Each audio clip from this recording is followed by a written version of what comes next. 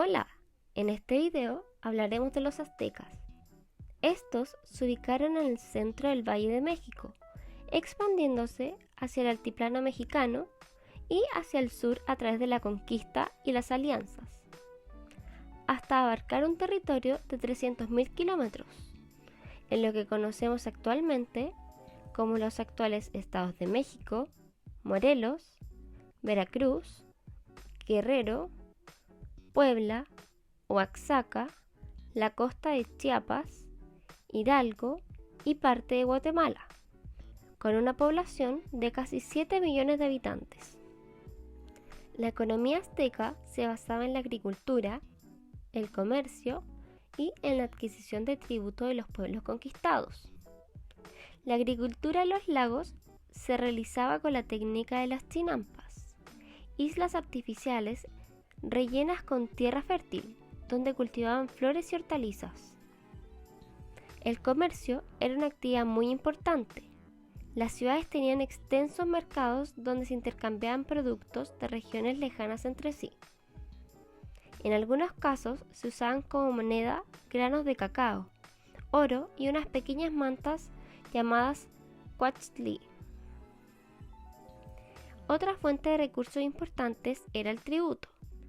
Gracias a estas obligaciones, los aztecas obtenían prisioneros para los sacrificios humanos mediante guerras. Productos manufacturados, entre ellos cerámica, tejido, objetos de metal. También productos agrícolas como el maíz, frijoles, calabaza, ají, entre otros, de los que aún mantenemos en nuestra dieta, y productos exóticos como las plumas de colores, pieles y minerales. Durante el periodo máximo de poder del señorío azteca, la estructura política era la siguiente. El güey Tlatoani era la máxima autoridad política, militar y religiosa. Se lo consideraba un representante de la divinidad. No era un cargo hereditario, sino electivo. El Cihuacloatl era el segundo, consejero y acompañante del güey Tlatoani. Lo reemplazaba durante sus ausencias. Los altos dignatarios de distintas áreas. Estaban los sacerdotales, militares, de justicia, entre otros. Todos ellos participaban en el Tatlocán, Consejo Supremo presidido por el güey Tlatoani o por el Cihuacóatl. Los tlatoque eran los gobernantes de las distintas ciudades, enviados desde Tenochtitlán. En algunos casos, se permitía a los gobernantes de las ciudades conquistadas permanecer en su cargo, si juraban obediencia a la autoridad azteca. Los calpulli tenían sus propias autoridades políticas y religiosas, pero ambas respondían a las autoridades superiores. La sociedad azteca se estructuraba en tres grandes grupos. Los pipiltín eran los nobles. De este grupo formaban parte los sacerdotes y la clase gobernante.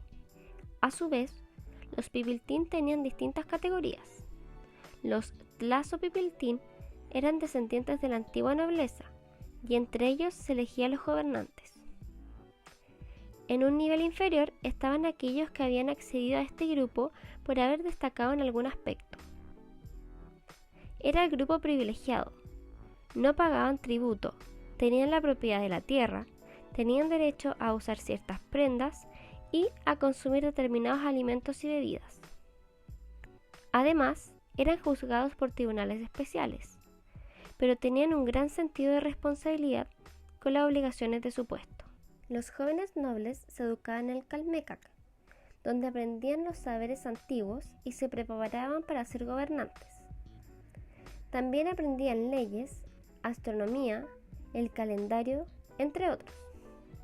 Los aztecas, mediante la astronomía, hicieron un calendario muy exacto de 365 días, al igual que el que usamos nosotros hoy en día.